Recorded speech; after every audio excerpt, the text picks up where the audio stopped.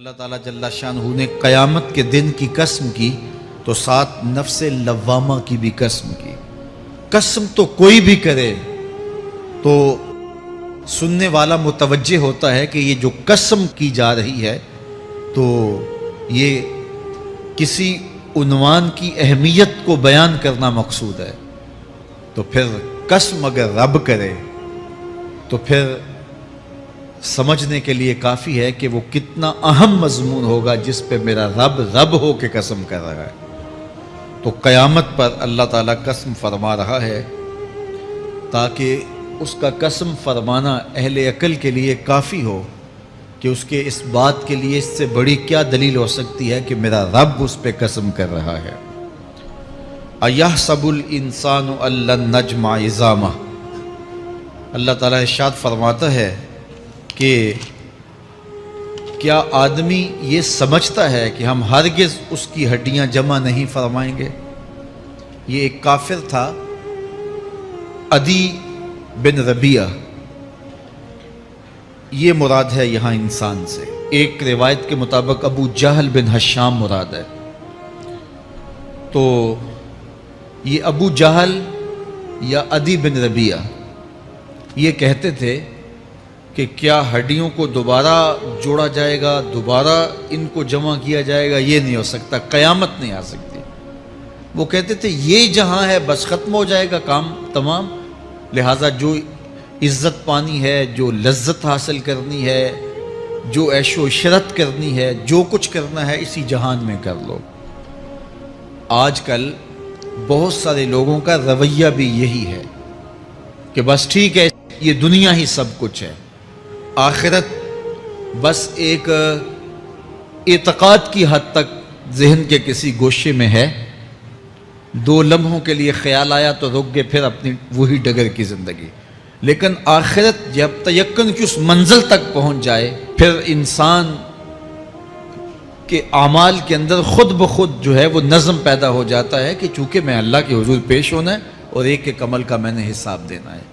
تو آخرت کے بارے میں یقین کی کمزوری انسان کو جو ہے وہ گناہوں کی دلدل میں پھنسا دیتی ہے۔ اس لیے آخرت کا یقین یہ بہت ضروری ہے تاکہ ہماری زندگی میں نظم پیدا ہو اور ہم اللہ کے حضور جھکنے والے، اس کے شکر گزار بندے، اس کی اتباع کرنے والے بنے۔ تو اب وہ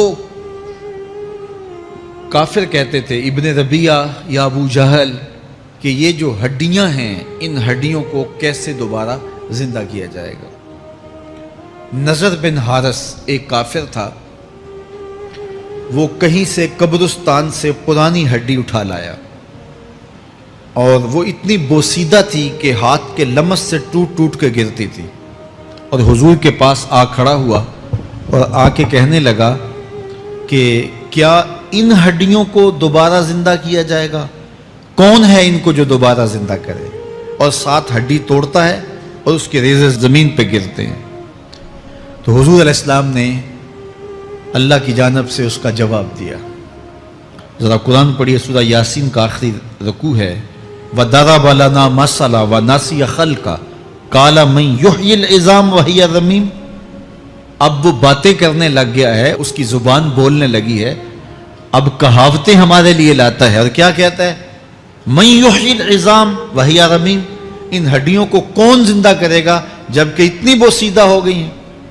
تو یہ نضر بن حارث حضور کے سامنے ہڈی لایا تھا اور توڑتا تھا اور کہتا تھا یہ ہڈیاں زندہ ہوں گی، ان ہڈیوں کو دوبارہ اٹھایا جائے گا جو اتنی بوسیدہ ہو گئی ہیں کہ ہاتھوں کا لمس بھی گوارا نہیں کرتی، اس کو دوبارہ زندہ کیا جائے گا، کون زندہ کرے گا؟ جواب سنو، قُلْ يُحْيِيهَا الَّذِي أَنشَأَهَا أَوَّلَ مَرَّةٍ، اے محبوب فرما دیجئے اب تو ہڈیاں موجود ہیں، جب ہڈیاں بھی نہیں تھی تو جس رب نے انسان بنایا ہڈیوں کو جوڑ کے نہیں بنا سکتا۔ اب تو میٹیریل موجود ہے، جب میٹیریل بھی موجود نہیں تھا۔ هل أتى على الإنسان حين من الدهر لم يكن شيئا مذكورا، انسان پر وہ وقت بھی آیا ہے جب یہ قابل ذکر چیز ہی نہیں تھا، اس کا نقشہ نہیں تھا، اس کی صورت نہیں تھی، اس کا میٹیریل نہیں تھا، اس کا مادہ نہیں تھا، لیکن جس نے حضرت انسان بنایا، پانی کی بوند سے تخلیق کیا تو اب کیا وہ ہڈیوں کو جوڑ کر انسان نہیں بنا سکتا؟ تو یہ کفار بات کرتے تھے کہ نہیں اتنی بوسیدہ ہڈیوں کو کیسے زندہ کیا جائے گا، یہ بات سمجھ میں نہیں آتی۔ پھر ان کے ذرے بکھر گئے، بعض انسانوں کو جانور چیڑ پھاڑ کے کھا گئے، کچھ وہ کھا گئے، کچھ ہڈیاں پڑی رہ گئیں، کچھ ان کی ہڈیاں راکھ بن کے اڑ گئیں۔ تو کیسے ہو سکتا ہے کہ ان کو دوبارہ زندہ کیا جائے، ان کے اجزاء جوڑے جائیں؟ اب یہ عدی بن ربیعہ نے بھی یہی کہا۔ اللہ ارشاد فرماتا یحسب الانسان ان نجمع عظامہ، یہ آدمی گمان کرتا ہے، کہتا ہے کیا ہڈیوں کو دوبارہ زندہ کیا جائے گا؟ اللہ فرماتا ہے کیوں نہیں، ہم اس بات پہ قادر ہیں کہ اس کے انگلیوں کے پور پور کو دوبارہ کھڑا کر دیں، اور اس کے اجزاء جو بکھرے ہوئے ہیں ان کو ہم اکٹھا کر کے دوبارہ ان کو جوڑ دیں۔ ہمارے لیے کوئی مشکل نہیں ہے، لیکن یہ اس کا خیال ہے کہ ہڈیوں کو کیسے جوڑا جائے گا۔ لیکن سورہ یاسین میں جو دلیل دی اس پہ کس قدر جو ہے وہ اشش کرنے کو جی چاہتا ہے۔ فرمایا کہ قل یحییھا الذی انشأھا اول مرہ، یہ کہتے ہیں یہ ہڈیاں کون جوڑے گا؟ کہا جب ہڈیاں بھی نہیں تھی، جس نے ہڈیاں بنائی اس کے لیے جوڑنا کیا مشکل ہے؟ تو یہ عجیب تم نے بات کی۔ تو اللہ تعالیٰ جل شانہ قیامت کے دن ہمارے وجود دوبارہ اٹھائے گا اور اپنے حضور بندوں کو کھڑا کرے گا اور ان سے سوال پوچھے گا۔ یہ نہیں ہے کہ جو مرضی کرتے گئے، ایک آدمی نے ظلم کیا، جبر کیا، زیادتیاں کی، لوگوں کا حق لوٹا، لوگوں کا مال غصب کیا، عزتیں پامال کی، اور اتنا مؤثر تھا کہ عدالتیں وہ خرید لیتا تھا، کچہریاں وہ خرید لیتا تھا، پولیس وہ خرید لیتا تھا، کوئی اسے پوچھنے والا نہیں تھا، اس کی بات چلتی تھی، اس کا فون چلتا تھا، اس کا رکا چلتا تھا، عیش و عشرت کی زندگی گزاری اور مر گیا، ہزاروں کے حق غصب کر کے، ہزاروں کا مال ہڑپ کر کے، لوگوں کی آبروئیں لوٹ کے مر گیا اور قبر میں چلا گیا، بس قصہ ختم۔ اب نہ وہ اٹھے گا نہ اس سے حساب لیا جائے گا، تو پھر انصاف کہاں گیا؟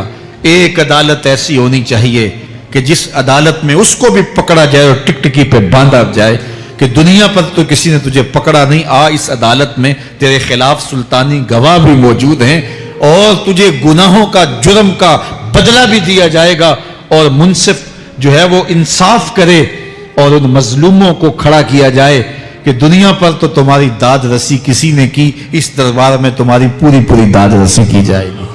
عقل مانتی ہے کہ ایک ایسا دربار ہونا چاہیے، ایسا احتسابی عمل ہونا چاہیے، ایک ایسی عدالت لگنی چاہیے کہ جس کا کہیں جسے انصاف نہیں ملا اس کو وہاں جا کے انصاف ملے، اور وہ دن قیامت کا دن ہے۔ اس کا یقین زندگی میں نظم پیدا کر دیتا ہے اور تھر تھر بدن کانپتا ہے کہ آج اگر ہم مؤثر بھی ہو جائیں اور کسی کے سامنے جواب دے نہ ہو، لیکن ایک عدالت تو ہے جہاں ہم نے جواب دہ ہونا ہے اور اپنے ایک ایک عمل کا حساب دینا ہے۔ تو اللہ ارشاد فرماتا ہے کہ اس عدالت کے سامنے تم نے پیش ہونا ہے، تمہارے جوڑ جوڑ کو اللہ تعالیٰ دوبارہ کھڑا کرے گا اور اس کو دوبارہ تخلیق کرے گا اور پیدا کرے گا، اور تم دوبارہ کھڑے ہو جاؤ گے، اس کے حضور پیش ہوگے۔ بل یرید الانسان لیفجر امامہ، بلکہ آدمی چاہتا ہے کہ اس کی نگاہ کے سامنے بدی کرے۔ استغفر اللہ۔ یہ ایک ظالم کافر تھا، وہ حضور کی خدمت میں آیا، کہنے لگا میں نہیں مانتا قیامت آئے گی۔ حضور نے اس کو دلائل دیے، تو جب دلائل کے سامنے بے بس ہو گیا تو کہنے لگا کہ جس قیامت کی آپ بات کرتے ہیں وہ قیامت آ بھی گئی تو میں نہیں مانوں گا۔ اللہ اکبر۔ تو وہ انکار کرنے والوں کی انتہا ہوتی ہے، اور ذرا دیکھیے وہ کیا بول رہا ہے، بل یرید الانسان لیفجر امامہ۔ اس کی سرکشی دیکھیے، اس کا تمرد دیکھیے۔ وہ کہتا ہے اچھا اگر قیامت قائم ہوئی تو یہ گناہ، یہ جرم، یہ بدی، یہ بدکاریاں، یہ ظلم جو میں کرتا ہوں، یہ بدکاریاں رب کے سامنے کروں گا۔ کیسی ڈٹائی ہے، مذاق اڑاتا ہے، تمسخر اڑاتا ہے آخرت کا۔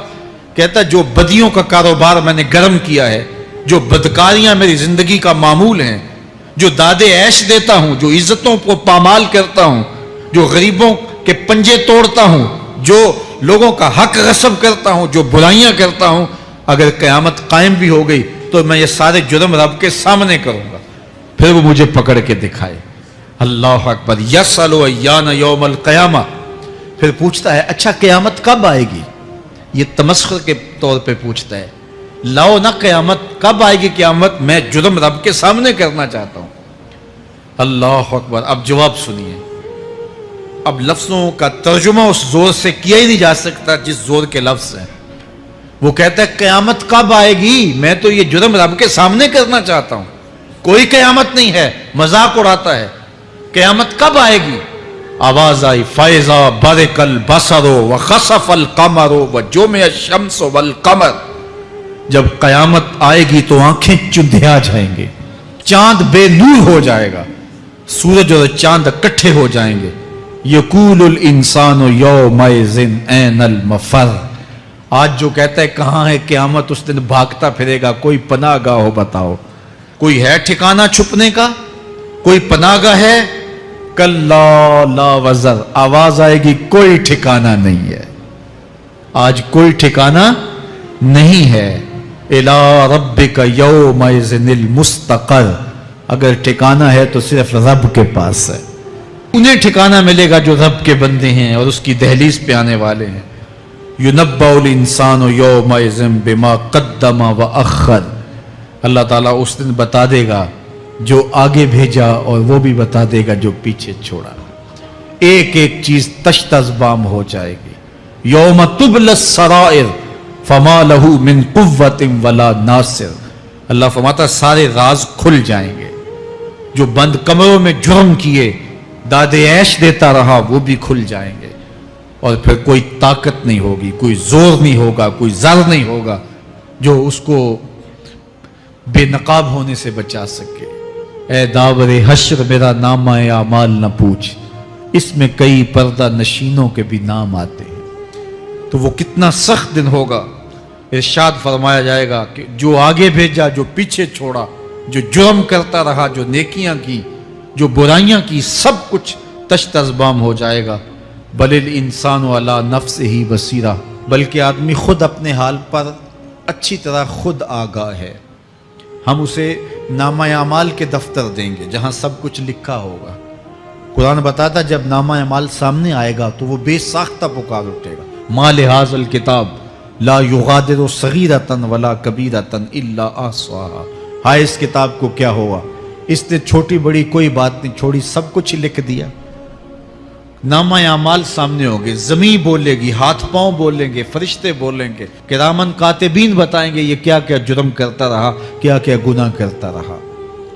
تو اس دن ہر شے سامنے آ جائے گی، تو یہ تو ثبوت ہوں گے ہی ہوں گے، لیکن اللہ فرماتا ہے ثبوت تو اپنی جگہ، لیکن بل الانسان علی نفسہ بصیرہ، کیا انسان کو خود نہیں پتا کہ وہ کہاں کھڑا ہے؟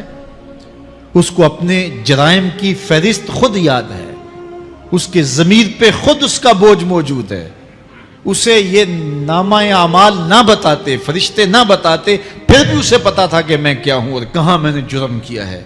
وَلَوْ أَلْقَى مَعَاذِيرَهُ، اللہ اکبر، اگر اس کے پاس جتنے بہانے ہوں سب لا ڈالے، جب بھی کوئی اس کا بہانہ نہیں سنا جائے گا۔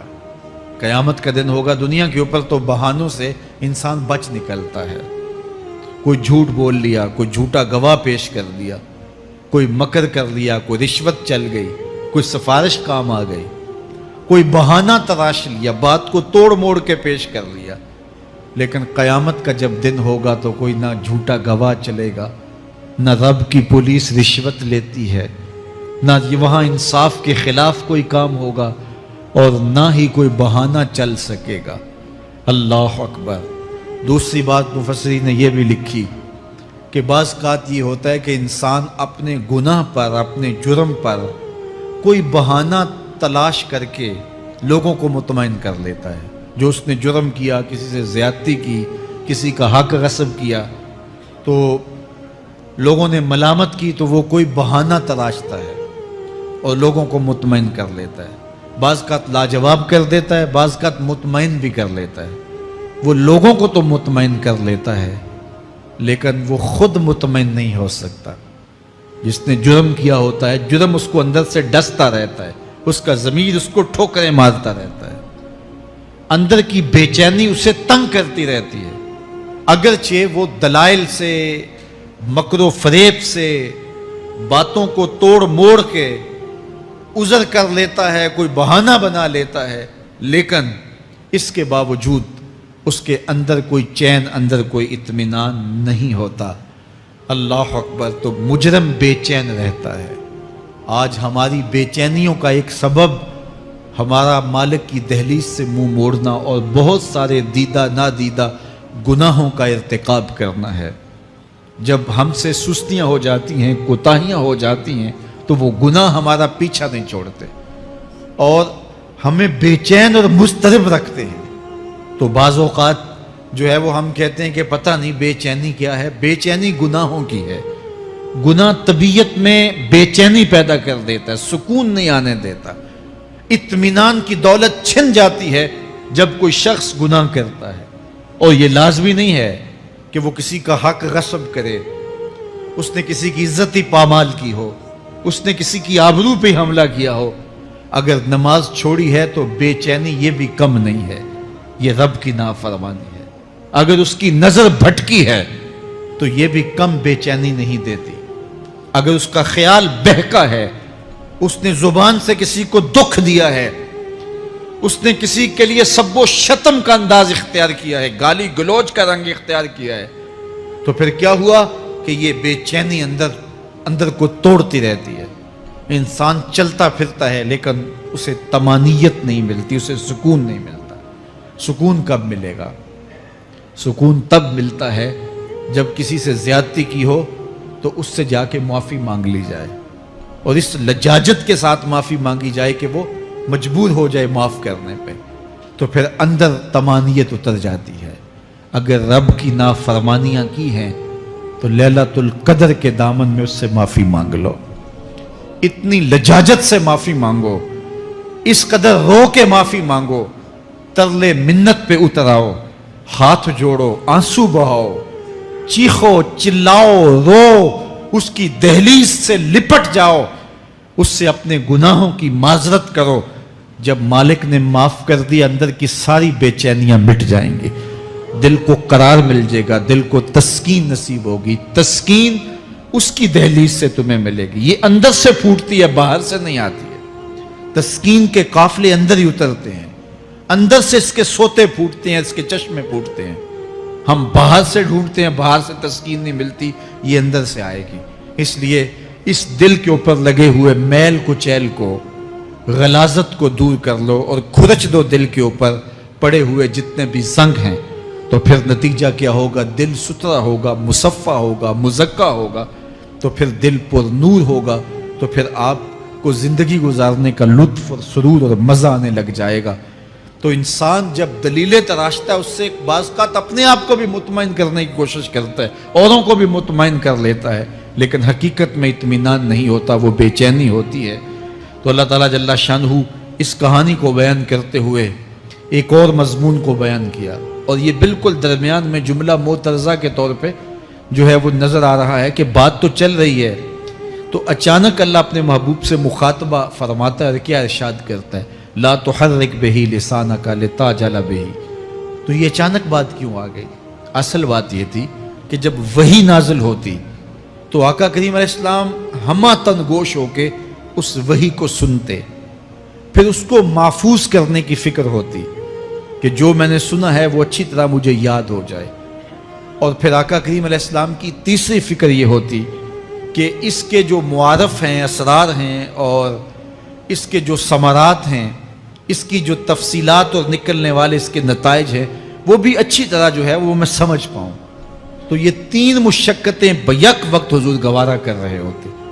اب قیامت کا ہولناک منظر جو پیش کیا گیا، اور پھر انسان جب اپنے رب کی نافرمانی کرتا ہے تو جو اس کا حال ہوتا ہے، تو یہ سارے مضامین کو اللہ کے محبوب سن رہے تھے۔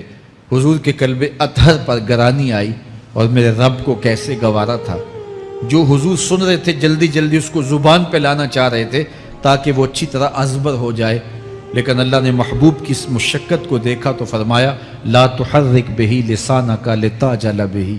محبوب آپ اپنی زبان کو جنبش نہ دیں، آپ جلدی کرتے ہیں تاکہ وہ جو میں نے سنا ہے وہ میری زبان پہ آ جائے۔ ان علینا جمعہ و قرآن، یہ ہمارے اوپر ہے، ہم آپ کے دل میں جمع بھی کریں گے، جو آپ کو سکھایا ہے وہ آپ کو یاد بھی رہے گا، وہ آپ بھول نہیں سکیں گے۔ فَإِذَا قَرَأْنَاهُ فَاتَّبِعْ قُرْآنَهُ، اور جب ہم پڑھ لیں تو پھر اس کے بعد آپ اس کو دہرائیں پڑھیں۔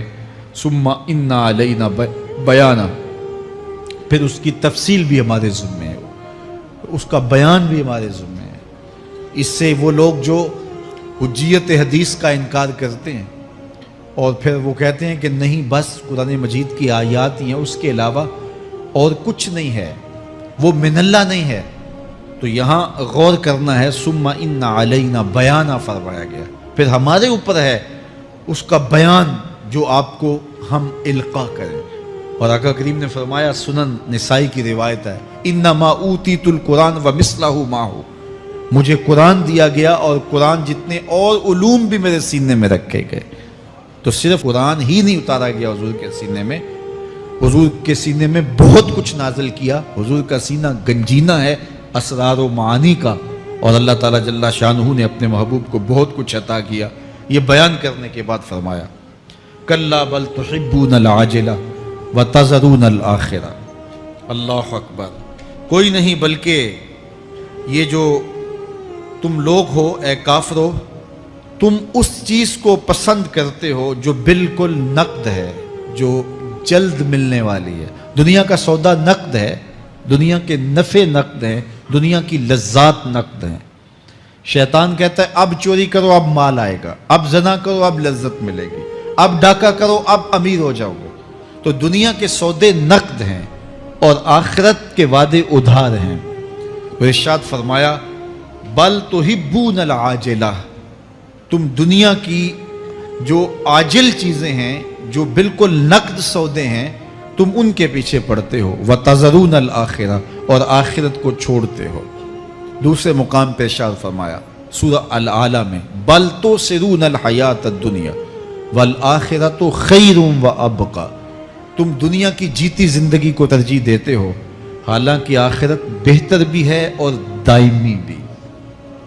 میں آپ کی توجہ چاہوں گا، آخرت بہتر بھی ہے اور دائمی بھی، لیکن تمہاری ترجیح یہ دنیا ہے جس کی آخرت کے مقابلے میں کوئی حیثیت ہی نہیں ہے۔ حضور نے ارشاد فرمایا، اگر کسی کو جنت میں ایک کوڑا رکھنے کی جگہ مل جائے، ایک ڈنڈا رکھنے کی جگہ مل جائے، دنیا و ما فیہا کی دولتوں سے وہ زیادہ قیمتی ہے۔ 7 براعظموں پہ پھیلی ہوئی کائنات، سمندروں کی تہوں میں قیمتی موتی، پہاڑوں کے دامن میں قیمتی معدنیات، مالیاتی اداروں کے پاس سرمائے، لوگوں کے پاس دولت کے انبار، یہ سارے اکٹھے کر لیے جائیں اور ان کی قیمت لگائی جائے، اور جنت میں ایک ڈنڈا رکھنے کی جگہ، ایک عصا رکھنے کی جگہ، ایک کوڑا رکھنے کی جگہ، وہ جگہ پھر بھی زیادہ قیمتی ہے۔ پراپرٹی ویلیو ہوتی ہے نا، وہ کہتے ہیں کہ دور دراز دیہات سے 10 ایکڑ فروخت کریں تو یہاں ہمارے بائی پاس پہ اگر لیں تو 1 کنال جگہ آئے گی، 10 ایکڑ فروخت کر کے یہاں 1 کنال ملے گی۔ اور اگر آپ مزید اس کو فروخت کر کے مزید جو ہے وہ کسی مہنگے علاقے میں چلے جائیں تو ہو سکتا ہے 2 مرلے اس 10 ایکڑ کے مقابلے میں آئیں۔ تو اس طرح مختلف جگہوں کی پراپرٹی ویلیو ہوتی ہے۔ اللہ کے محبوب جنت کی پراپرٹی ویلیو بتا رہے ہیں۔ 7 براعظموں پہ پھیلی ہوئی کائنات کو ایک پلڑے میں رکھیں، پوری دنیا کے اندر جو سرمائے ہیں، جو ماضی میں سرمائے لوگوں نے خرچ کر لیے، جو حال میں موجود ہیں، جو آنے والے ادوار میں لوگوں کے پاس آئیں گے، قارون کا خزانہ اور سرمائے سارے اکٹھے کر کے ایک پلڑے میں رکھ دیں، جنت میں ایک عصا رکھنے کی جگہ پھر بھی زیادہ قیمتی ہے۔ تو پھر دنیا کی آخرت کے مقابلے میں قیمت کیا ہوئی؟ دنیا کی جنت کے مقابلے میں ویلیو کیا ہوئی؟ اور جنت میں سب سے کم جگہ کس کو ملے گی؟ جو سب سے آخر میں جائے گا۔ ظاہر ہے سب سے کم جگہ اسی کے پاس ہوگی جو سب سے آخر میں جہنم کے دھکے کھا کھا کے، رگڑے سہ سہ کے پھر آخر میں جنت میں جائے گا۔ سب سے تھوڑی جگہ اس کے پاس ہوگی۔ حدیث پاک میں آتا ہے، بخاری میں آتا ہے، حضور نے ارشاد فرمایا کہ جب جہنم سے آخری جہنمی نکالا جائے گا تو اللہ تعالیٰ اسے پوچھے گا بتا تیری کوئی آرزو، تو وہ کہے گا مالک یہ آرزو ہے، یہ آرزو ہے، مختلف آرزوؤں بتائے گا۔ اللہ فرمائے گا لکا ما تمنیتا، جو تو نے آرزو کی جا جا تجھے میں نے عطا کر دی، اب جنت میں چلا جا۔ تو اس کی تو توقع یہ ہوگی کہ سایہ دیوار جنت میں جگہ مل جائے تو غنیمت ہے، اور اگر جنت کے اندر جاؤں تو کوئی جھونپڑا مل جائے 2 مرلے کا تو وہ بھی کافی ہے۔ لیکن اللہ اسے کتنی جگہ دے گا؟ اللہ فرمائے گا جا جنت میں، تیرے لیے جنت میں دنیا سے 10 گنا جگہ ہے۔ 7 بر اعظموں کو 10 سے ضرب دے تو کہا کہ دنیا سے 10 گنا جگہ تیرے لیے۔ اس کو یقین ہی نہیں آئے گا، وہ کہے گا اتسخر وانت الملک، میرے رب تو بادشاہ ہو کے مجھ سے مذاق کر رہا ہے؟ اللہ فرمائے گا نہیں، تیرے لیے 10 گنا جگہ ہے، اور اس کے لیے 10 گنا جگہ ہوگی جو سب سے آخر میں جنت میں جائے گا۔ میں آپ کی توجہ چاہوں گا، جو آخری جنتی ہے اس کے پاس کتنی جگہ ہوگی، کتنی پراپرٹی ہوگی؟ آج تو 2 10 20 50 مربع کسی کے پاس ہوں تو وہ اتراتا ہوا چلتا ہے کہ میں اتنا بڑا ذمہ دار ہوں۔ جنت میں آخری جنتی کی جگہ کتنی ہوگی؟ دنیا سے 10 گنا جگہ۔ تو داتا گنج بخش علی حجویری کی جاگیروں کا عالم کیا ہوگا؟ بابا فرید الدین گنج شکر کی جاگیروں کا عالم کیا ہوگا؟ پھر اصحاب رسول کی جاگیروں کا عالم کیا ہوگا؟ قیمتی کتنی جگہ کہ ایک ڈنڈا رکھنے کی جگہ مل جائے، دنیا و ما فیہا سے وہ قیمتی، اور وہ قیمتی جگہ دنیا سے 10 گنا جگہ اس کو دی جائے گی جو سب سے آخر میں جائے گا۔ تو مجھے بتائیے اس سے بڑا بے وقوف کوئی ہے جو آخرت کو برباد کر کے دنیا کا سودا کرتا ہے؟ بل توسرون الحیات الدنیا والآخرۃ خیر وابقا، کہا آخرت بہتر بھی ہے اور دائمی بھی ہے، نہ ختم ہونے والی زندگی ہے۔ تو یہاں بھی ارشاد فرمایا کلا بل تحبون العاجلہ وتذرون الآخرہ، تم نقد کے پیچھے دوڑتے ہو، آخرت جو ادھار ہے اس کی پرواہ نہیں کرتے ہو۔ یہ نقد تمہیں مل بھی جائے، پہلی تو بات ہے ملتی نہیں ہے، دنیا تمہارے آگے بھاگتی ہے اور تم پیچھے بھاگ رہے ہو۔ کچھ حصہ تمہیں مل بھی گیا تو وہ کتنے سالوں کے لیے؟ 60 سال 70 سال، یہ تو بڑی لمبی زندگی ہے۔ ہمارے ہاں 45 سال ایوریج نکالی گئی ہے۔ 60 سال بھی کوئی جی لے، 70 سال بھی کوئی جی لے، کیا حیثیت ہے آخرت کے مقابلے میں؟ آخرت کا ایک دن یوم حشر قرآن بتاتا ہے 50,000 سال کا ہوگا۔ 50 سال کا نہیں، 50-100 سال کا نہیں، 50,000 سال کا ایک دن۔ پھر اس کے بعد نہ ختم ہونے والی زندگی، مینڈے کی شکل میں موت کو بھی ذبح کر دیا جائے گا، موت کو بھی موت آ گئی، اب موت نہیں ہے، نہ ختم ہونے والی زندگی۔ اور جو جنت میں چلا گیا سب سے آخر میں جانے والے کی یہ جائیدادیں۔ تو اصل زندگی تو آخرت کی زندگی ہے۔ کلا بل تحبون العاجلہ وتذرون الآخرہ، یہ تو ایک سودا ہے۔ اب اللہ تعالیٰ ایک اور چیز بتا رہا ہے، ذرا غور کیجئے۔ دنیا کی محبت دل میں ایسی پیدا ہو گئی کہ ہمیں سال کے بعد ماہ سیام میں مسجد میں آنا نصیب ہوتا ہے، اور ہم اپنی ہی دنیا میں مگن ہیں کہ یہی دنیا سب کچھ ہے۔ یہ کائنات بھی دیکھو، میرا رب بیان کر رہا ہے وجوہ یومئذ ناظرہ الی ربہا ناظرہ۔ وہ دن جب آئے گا تو جب بندے اس کے حضور حاضر ہوں گے جنہوں نے اپنی زندگی حزم و احتیاط سے گزاری ہوگی، رب کی اتباع میں، فرما برداری میں، اس کے حکموں کو پورے کرتے بسر کی ہوگی، پھر ان کو صلہ کیا ہوگا؟ اللہ فرمایا کچھ چہرے ہوں گے جو تر و تازہ ہوں گے، کھل کے گلاب ہو جائیں گے، چہرے منور اور تابہ ہوں گے۔ یہ اتنے کھلے کیوں ہوں گے؟ چہرے گلاب کیوں ہوں گے؟ الی ربہا ناظرہ، اس لیے کہ رب کا دیدار نصیب ہوگا۔ رب کا دیدار نصیب ہوگا تو چہرے کھل جائیں گے اور چہرے شگفتہ ہو جائیں گے، چہرے تر و تازہ ہو جائیں گے۔ یار کوئی پرانا دوست مل جائے اور آپ سخت صدمے کے ماحول میں ہوں تو اچانک اسے دیکھ لیں تو آپ کا چہرہ کھل جاتا ہے اور آپ کا چہرہ گلاب بن جاتا ہے، تو پھر کیا منظر ہوگا؟ دنیا کے تھکے ہوئے لوگ